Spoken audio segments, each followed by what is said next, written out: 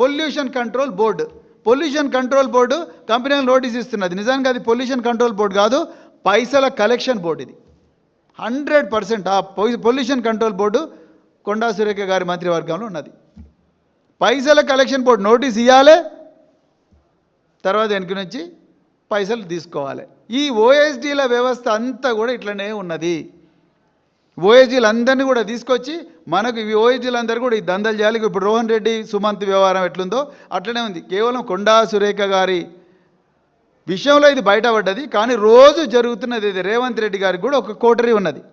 ఈ కోటరీ రోజు చేసే ఒక జిహెచ్ఎంసీ ఒకటి చూస్తారు, రాచకొండ కమిషనరేట్ ఒకటి చూస్తారు, అదేవిధంగా సైబరాబాద్ కమిషనరేట్ ఒకటి చూస్తారు, అదేవిధంగా హైదరాబాద్ కమిషనరేట్ ఒకటి చూస్తున్నారు. మరి ఏం చేస్తున్నారు పోలీసులు? ఏమనంటే మళ్ళీ అటెన్షన్ డైవర్షన్, ఇది కాదంటే ఇంకో కుంభకోణం, ఇంకొక వ్యవహారం చేసి బీఆర్ఎస్ మీద బట్ట కాల్చి మీదేయడం, ఇవే చేస్తున్నారు. నిజంగా పాలన చేయడం లేదు. అందుకొరకే మేము అర్జెంటుగా ఈ మంత్రివర్గాన్ని, కొండా సురేఖనే కాదు చాలామంది మంత్రులు కూడా ఈ విధంగా కుంభకోణాల్లో పాల్పడుతున్నారు.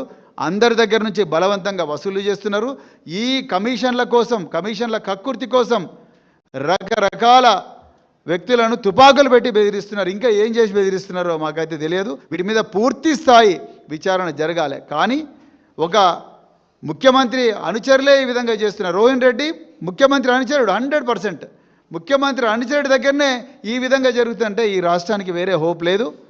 మరి మళ్ళా మనందరి ఏదో సంతోషంగా ఉండడం కోసం మా గాంధేయవాదే ఇప్పుడు రాష్ట్రానికి ఇన్ఛార్జిగా వచ్చిందని చెప్పేసి మీనాక్షి నటరాజన్ గారిని ముందర పెట్టి, సో మీనాక్షి గారు అట్లన్నారు ఇట్లన్నారు అట్లన్నారు. మరి రాష్ట్రాన్ని పాలిస్తున్నది మీనాక్షి నటరాజనా, లేకపోతే ప్రజలు ఎన్నుకోబడ్డ ముఖ్యమంత్రి, లేకపోతే ఎవరు పరిపాలిస్తున్నది ఏమాత్రం కూడా క్లారిటీ లేదు.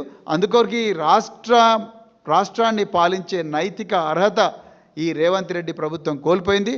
అర్జెంటుగా దీన్ని బర్తరఫ్ చేయాలని చెప్పేసి మేము తెలంగాణ గవర్నర్ను డిమాండ్ చేస్తున్నాం.